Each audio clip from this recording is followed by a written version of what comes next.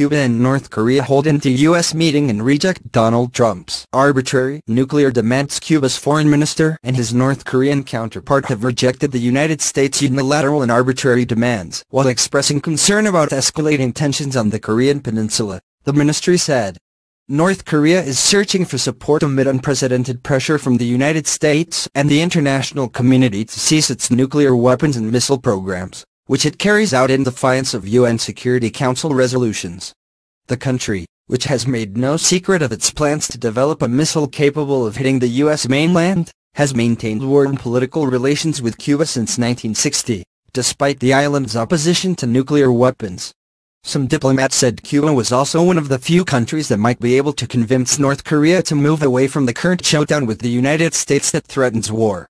The ministers, meeting in Havana, called for respect for people's sovereignty and the peaceful settlement of disputes, according to a statement released by the Cuban Foreign Ministry. They strongly rejected the unilateral and arbitrary lists and designations established by the U.S. government which serve as a basis for the implementation of coercive measures which are contrary to international law, the statement said. U.S. President Donald Trump has also increased pressure on Cuba since taking office, rolling back a fragile détente begun by predecessor Barack Obama and returning to the hostile rhetoric of the Cold War.